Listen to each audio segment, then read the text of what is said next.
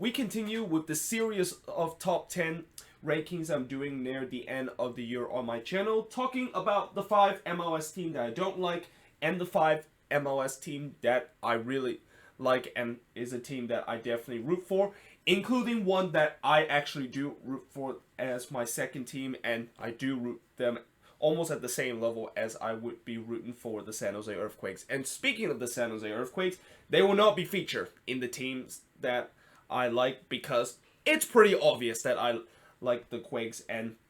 as a season ticket holder, as a guy that's been doing most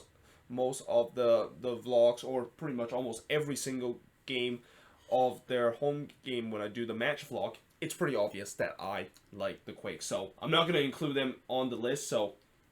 this dotted line with number 1, and people thought that, oh, I'm going to put the Quakes there because that pretty much just separate all the teams that I like. No, there's actually another team that I actually really like, and if you actually have ever met me in person, or if you follow me on Twitter, or if you pay close attention to some of the videos that I've done in the last couple of days,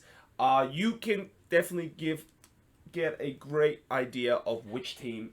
I actually really like, and that this is going to be a team that I kind of root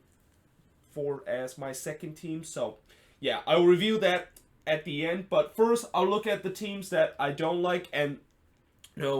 I don't really have anything against these 5 teams, and I feel like over the years my hatred toward the teams I don't like is definitely less than it was a couple of years ago. I mean, a couple of years ago, if the most hated teams that I don't like in MLS is playing, I usually get obsessed with them, just rooting for the other team to beat the teams that I hated the most. And anytime when the Quakes do play them, I definitely are really up for it and want the Quakes to win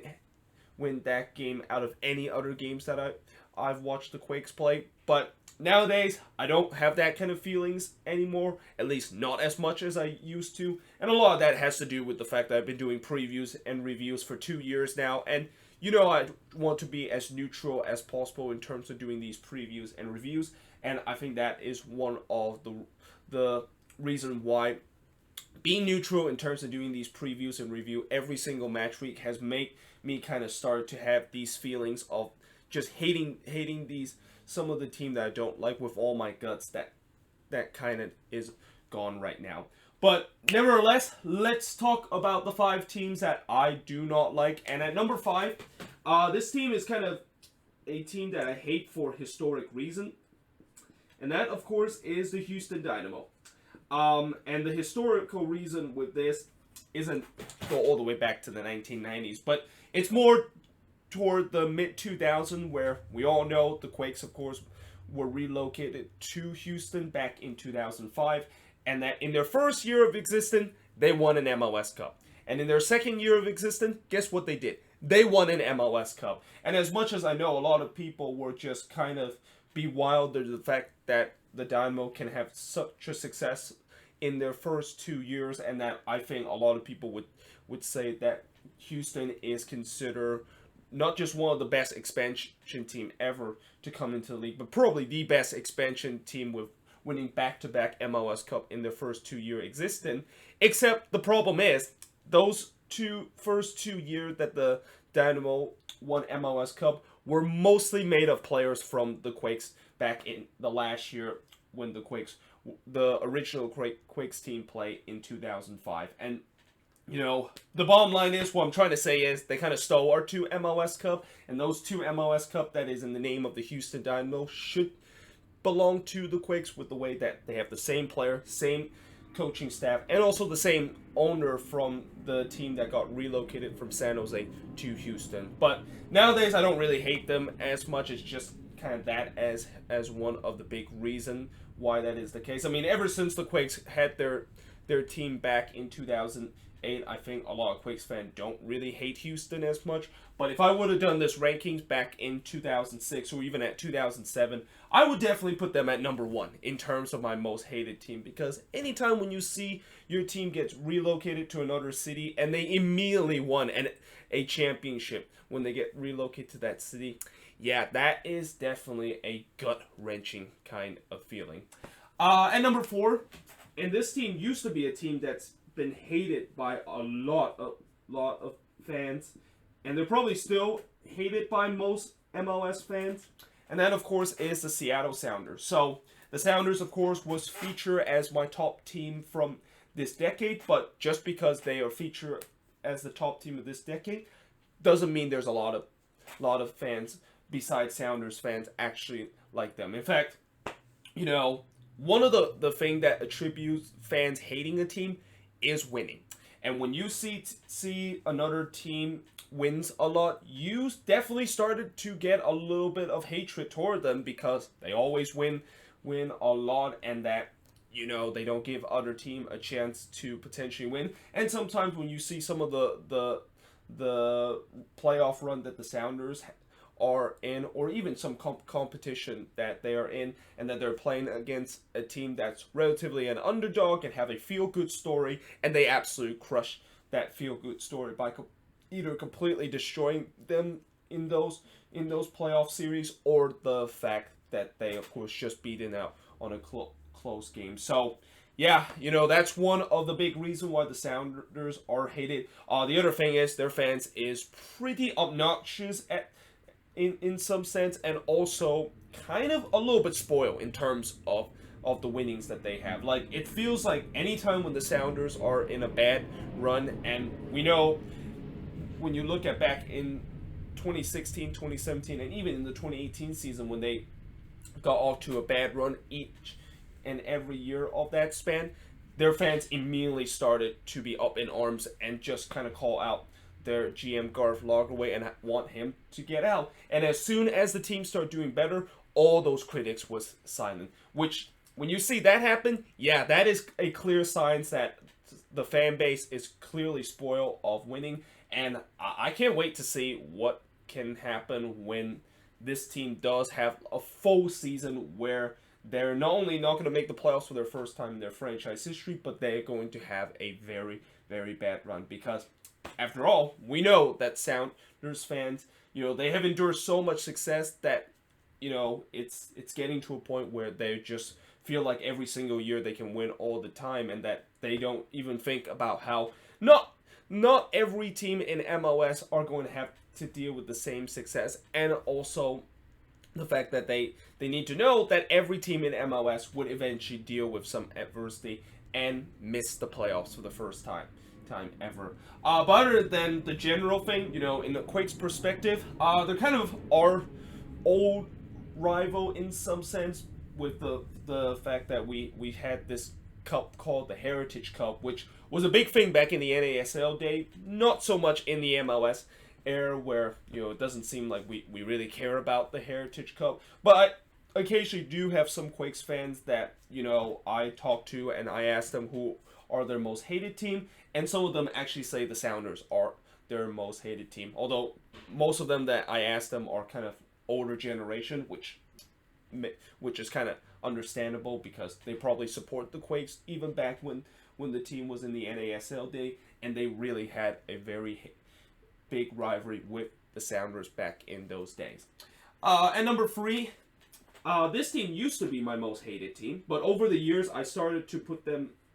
lower in the rankings, and I think it's going to continue to be lower in the rankings once Sacramento does come into the league, and that, of course, is the Galaxy. And a lot of people have talked about how the Quakes and the Galaxy, that rivalry, which was very hot back in the mid 2000s, because both of these teams were very good. But ever since the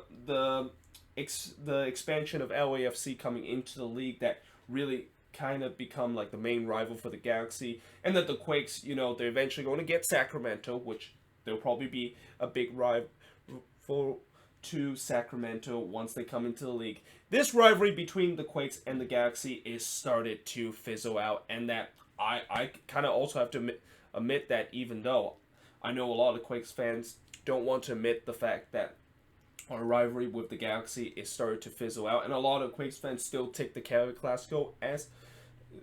a very kind of personal game where they want nothing but all 3 points against the Galaxy. But as the year goes, I think the Canada Classico, I think, is a perfect example of what happened to the Atlantic Cup. And if you guys remember in the Atlantic Cup between DC and the Red Bulls, both of these teams used to hate each other a lot in the mid 2000s. But ever since there's some other teams that has been expanded in the Northeast Corridor region, this is where it begins, where the Red Bulls and DC just doesn't really hate each other, and that Red Bulls have other teams that they hate more than DC. And the same can go with DC, of the fact that they also hate some other teams besides the Red Bulls that they hate the most. And I feel like this is going to be the same case again with the Quakes and Galaxy rivalry, where both of these teams are going to have other teams that they hate the most, other than when they play against each other. But still, they're still going to be our rival, mainly because of the fact that they are an LA team. And one thing that I know about NorCal sports culture is that anytime when your team is playing a SoCal team, we are taught to hate them with all our guts, and we are taught to, of course, always beat LA. And speaking of LA, the second place team that I dislike the most in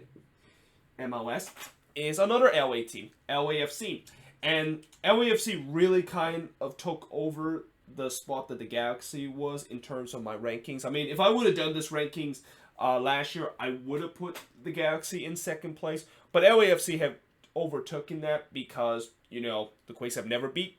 the LAFC. And if you look at the 4 matchup that we have, yeah,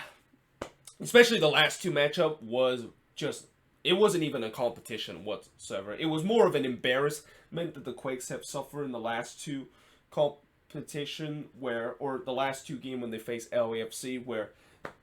it was a combined score of 9-0, and that in both games the Quakes suffered some embarrassing kind of result with them losing 5-0 at home, and in a game where it was pretty much completely took over by LAFC fans. Like, I know the 3-2-5-2 was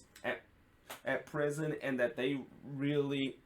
were probably like of all the teams that have come to Avaya Stadium,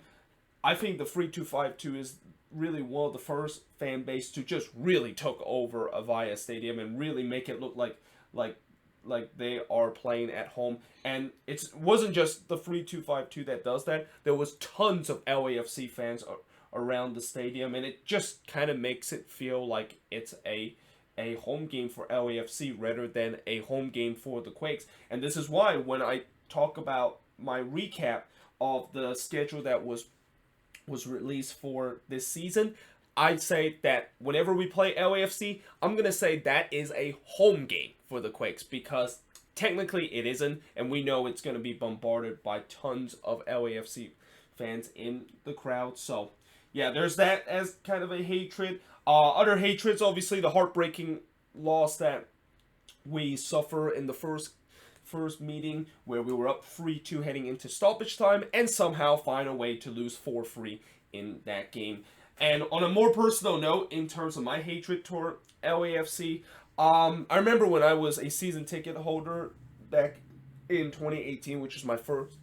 season that I was a season ticket holder of the Quakes. There was actually a couple of guys that was sitting in front of my row, and they were season ticket holder, but for some reason, in most of the games that they go to, they wear LAFC gear. And it seemed like they were kind of rooting against the Quakes most of the time, and they were kind of being a little bit obnoxious every time the Quakes, of course, was losing. And I was kind of getting sick of that. And it really kind of came into full blow when the Quakes play against LAFC back in June, where one of the guy, when LAFC scored that 4th goal, literally stick the middle finger at my face and basically dropped the F-bomb on me to tell that, the Quakes obviously suck. And, I was kind of shell-shocked at that moment when I saw it, and that, I didn't really kind of react to that. But imagine if I wasn't shell-shocked at that, and that, if somebody would act that against me, you betcha that I would be absolutely pissed off. And, who knows if I might be getting into a little bit of a ruffle feathers, or the fact that I might just call security and tell them that they did some profanity kind of language toward me, which, after all, when you go to the stadium, there is a fan rule of conduct where if you abuse other fans in the stadium, you are going to get ejected from the stadium. And he probably should have got ejected in that instant, but because of the fact that it was near the end of the game, and since I was kind of a little bit shocked of what I saw happen, that's why I didn't kind of report to security about that. But I eventually did kind of talk to my season ticket representative about that, and then after that, I haven't really seen those guys in most of the game ever since that instant, which makes me think that probably the season ticket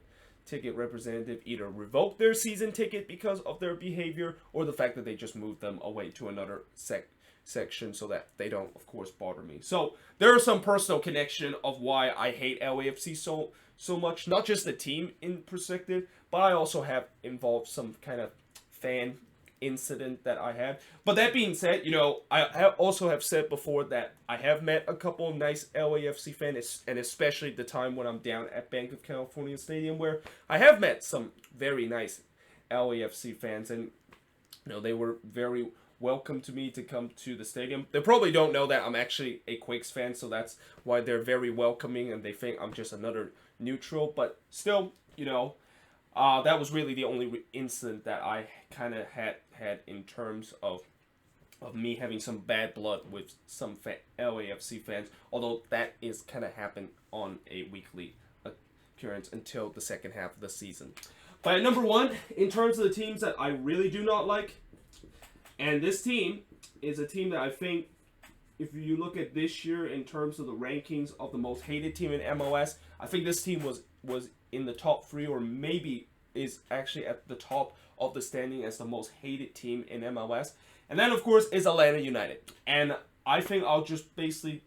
in general, I'll just pretty much copy and paste what I said about the Seattle Sounders and put it into Atlanta United, as the fact that that is pretty much the reason why a lot of fans hate Atlanta United. And probably the other things besides the fact that, they are a team that is known for winning, and their fans are very spoiled and kind of being obnoxious about it. But it's also the fact that we know there is kind of a conspiracy of the fact that whenever Atlanta is playing a game, there always tends to be some referee decision that always go in favor of them and always goes against the other team. And as a Quakes fan, I definitely have experienced that, and especially as I remember back in the second time when we play against Atlanta United, and that is the game that is infamously known as the game that I feel like the Quakes just completely got robbed of a victory. Like, I usually don't want to say that referee is the reason why we lost the game and that referee basically robbed us of victory. But that game against Atlanta United is a big exception, because we were up 4-1 in that game, and then for whatever reason, we got called a goal back, and then Atlanta, of course, won a penalty, which they, of course, scored, and ultimately that led to the collapse of our team. And to this day, I still cannot believe the fact that not only we got our fourth goal disallowed in that instant, but the fact that Atlanta would have a penalty right at the same moment when we were disallowed that fourth goal. So yeah, Atlanta is considered my most hated team, and even in the last meeting, they obviously broke my heart when we looked like we were on verge of getting a huge result at Atlanta and getting a 1-1 result at there, and that we really fought so hard in that game, and we pretty much put all our kind of pride and all our spirits in terms of getting a point, and they completely crushed that by scoring a winner right near the end of the game. So there's another reason why I hate Atlanta so much. But that being said, now let's take a look at the teams that I like. And the number 5, or the 5th place team in terms of the teams that I like, is the Montreal Impact. And there's a pretty simple reason why I like the Impact, because the Ultra group for Montreal, Ultra 2002, or at least that's one of their Ultra group, is really big friends with the Ultra group that the Quakes had, which is the San Jose Ultra. They're almost like brothers to each other. And anytime when you are friends with our ultra, then you're instantly going to be on that list. But besides that, I know that sounds kind of a little bit kind of doesn't really make the reason why I like the team. Other reason that I do like this team is the fact that I'm very interested to see what Thierry Henry can do with this team, and I'm especially interested to see what they can do in CCL this season, considering we know what happened in 2015 when they went all the way to the final and they defied all odds in terms of getting to that stage. I know this season in CCL they got a tough draw against Saprissa, but you never know. Like, this team has had history of just pulling off some big upsets in CCL, and I'm very interested to see how far this team is gonna go, and I won't be surprised if this team can be a huge dark horse heading into CCL this year. At number 4, in terms of the teams that I like, and this team actually is going to be starting their first season in MLS,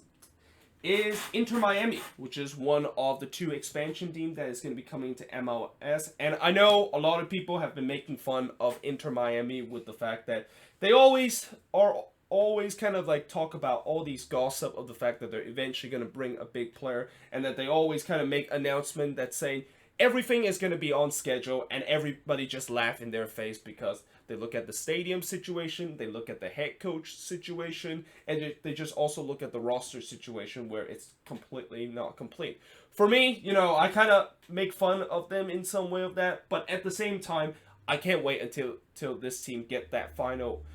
product and finally get most of the things that they've been saying that they're going to be completed, done by the beginning of this season. Because if you look at it, this team, if they can get that superstar player that Beckham kind of said that he would get as a player that's coming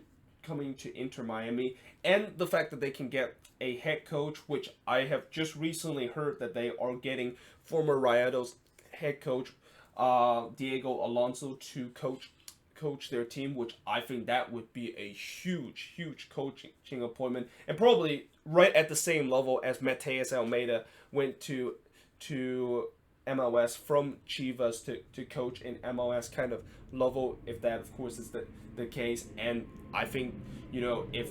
they're gonna get a good head coach like Diego Alonso and eventually get some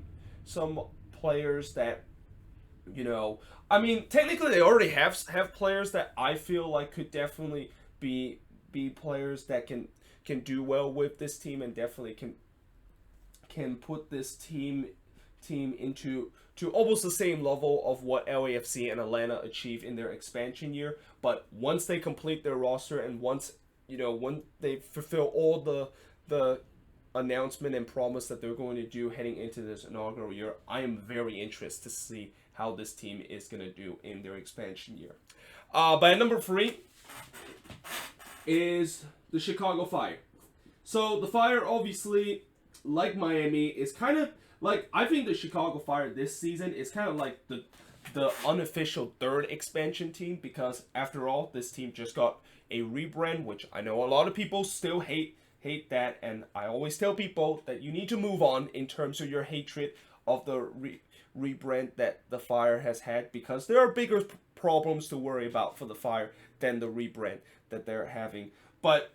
they're moving back to Soldier Field, and also getting a new ownership in, getting a new GM, and also getting a new head coach in, which they announced yesterday, that Rafael Wiki as their new manager. And now I think the only thing that they need to kind of complete is getting some players into their team, and just kind of fill up that roster that they lost a lot of players during the beginning of the off season, and also in the middle part of last season. And yeah, I'm interested to see how the Fire is going to do, and if there is one fan base that I feel like deserve to have some success heading into this new year, and have some success heading into this season, I would say it has to be the Chicago Fire. Because I talk about how in the last decade in terms of the worst team in MLS, and I've talked about how the Chicago Fire is the second worst team in this decade, but technically they're the first team and the worst team in this decade if you don't count Chivas USA that currently isn't in the league anymore. That I feel like this fan base need to at least have some success, and that heading into this season with so much promise of the fact that they're moving into a new direction and moving back to a home that where they won a lot of things in the past. Hopefully this would be a year that the Fire can get back to the playoffs and look like a very competitive team. I mean, I think besides, you look at the last decade, besides 2017 and maybe in 2012 too, they have not been great at all. They've been kind of the laughing stock of MLS for so long, and that I hope this season, with all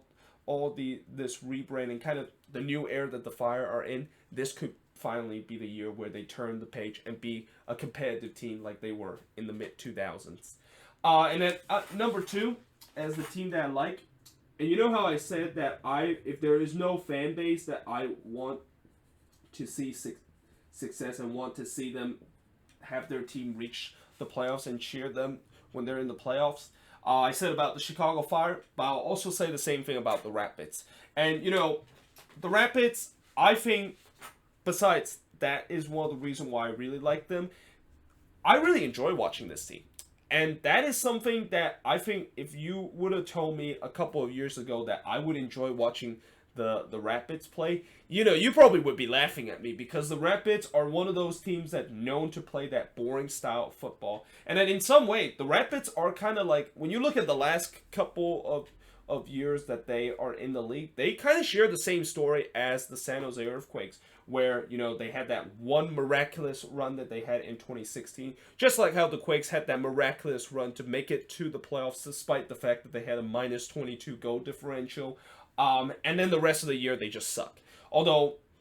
the Rapids, the last couple of years, they have definitely shown progress that they are going to be a playoff team, and they clearly should have been a playoff team last season if it wasn't for that 12-game winless run. I mean, I know I said it many times before, but it's true. I mean, if they win 1 or even 2 games out of that 12-game winless run, they would have made the playoffs last season. But when you look at this Rapids team and the way that they've been playing last season as a team that I just completely don't recognize as a team that people say it's a very boring team to watch and it's not very exciting. And heading into this season with them continue to adding more acquisition in terms of improving that defense and also improving that midfield, yeah, this team is definitely built up to be a team to make the playoffs. And I think if they can sign a central attacking midfielder or a creative midfield player into this team, I can say this team could be a MLS contention kind of team. And I know people would just kind of laugh at me and say, how can I say the Rapids are a contender just by that? Well, you look at their squad. I mean, they have good depth in terms of the defense. The midfield looks very decent too, and the attack, they definitely have some goals scored on that team with the likes of Kai Kamara, Diego Rubio, and even the upcoming star Andre Shinishiki providing them on the attack. So, this is a team that I think could be a team that not only can make the playoffs and basically hit that next level, but they can really compete in MLS and maybe even compete for MLS Cup if only they can like find a creative player and also fill out all their DP spot that they have. Did I mention the fact that they also have free DP spot open and that they still haven't filled them out, and I'm assuming they're going to fill them out and get some big name players into that? Yeah, I'm very excited to see how this Rapids team is going to do. And also, one other thing that I'll mention why I like the Rapids so much is that I remember when I went to watch when I watched the Quakes play against the Rapids on an away day, I actually chatted with this Rapids fan for about an hour before the game. And then after the game, surprisingly, I actually found the same guy, and we basically chatted an hour after the game too. And it just gets to a point when the security basically told us we have to go, and we basically just kind of leave the stadium, and we basically even go all the way back to downtown to just kind of have some late dinner and talk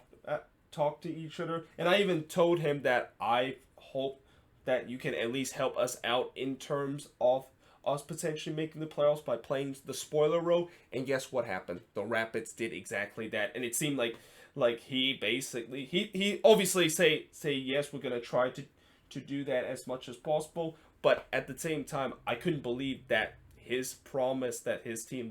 would play a spoiler role to try to help the Quakes to eventually make the playoffs actually came true. So that's another reason why I really like the Colorado Rapids. But the team now I'm gonna review as a team that I really like, and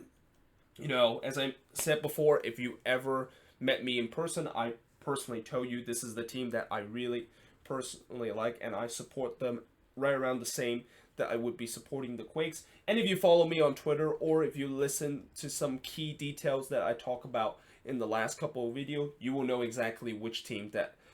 this is I'm going to be putting at number one. But that being said, the number one team, and the team that I really like, and the team that I support as my second team, is Minnesota United. And, if I would have gave you guys a little bit of a tour of my room right now, you would actually see a couple of Minnesota United gear. I have a scarf in my room right now that is hanging my door. I have a couple of Minnesota hats hanging around the closet, and I even have the away kit from Minnesota last year, which, as much as that kit looked very bland, I just feel like I want to buy it either way because it looks very, very kind of fresh, and kind of, I tend to like kits that are relatively clean, and it looks kind of amusing, and that's why I kind of bought that kit. But I have that on one of in my collection of MLS jerseys that I had. But besides that, there are a lot of reasons why I like Minnesota. This is a team that I actually start watching a little bit in 2017, and that they of course were part of the first game of the season in 2017, which unfortunately they lost to the Portland Timbers. And I think in 2018, this is when I really started to watch a lot of Minnesota game, and started to really get into, because I love their fan culture with the fact that they welcome everybody, and we all know that Minnesota is a place that has that kind of stereotype. Well, not really a stereotype, but something that might be kind of true, with the fact that Minnesota are probably the nicest people in the US, and they always welcomes you when you come to watch their team.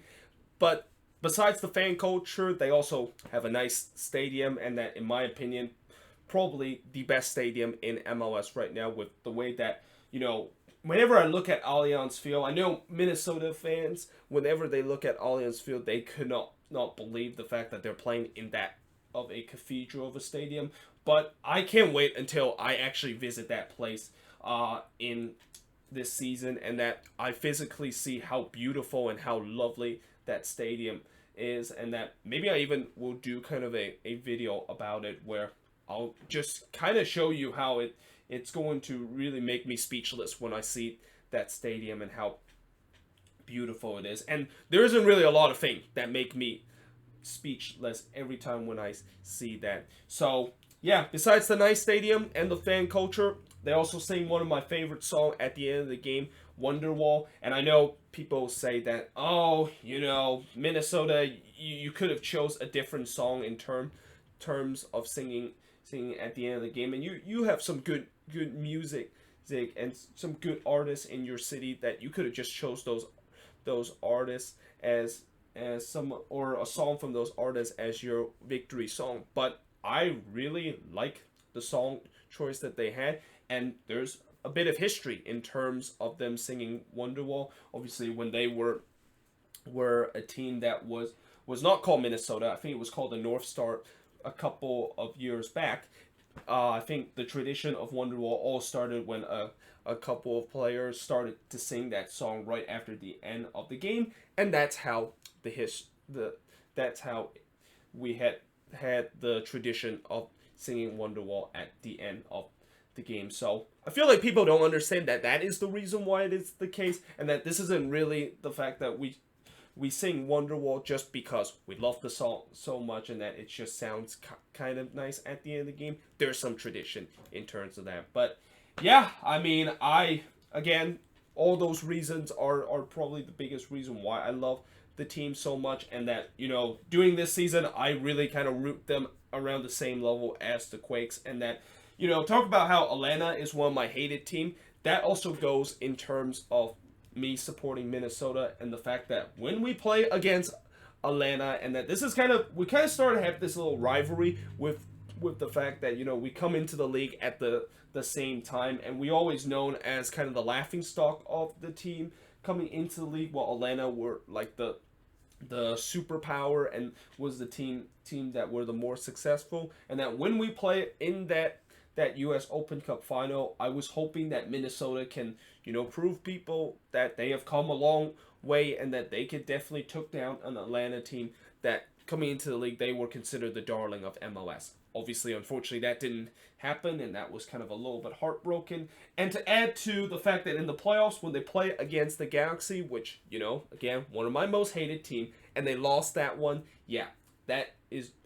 kind of also one of the big reasons why I like Minnesota a lot, and that, you know, hopefully in these next couple of years, they will have some success just as what my Quakes team would have. But either way, hope you guys enjoyed this video. If you do, make sure you guys do like, smash that subscribe button, and yeah, I of course will see you guys next time.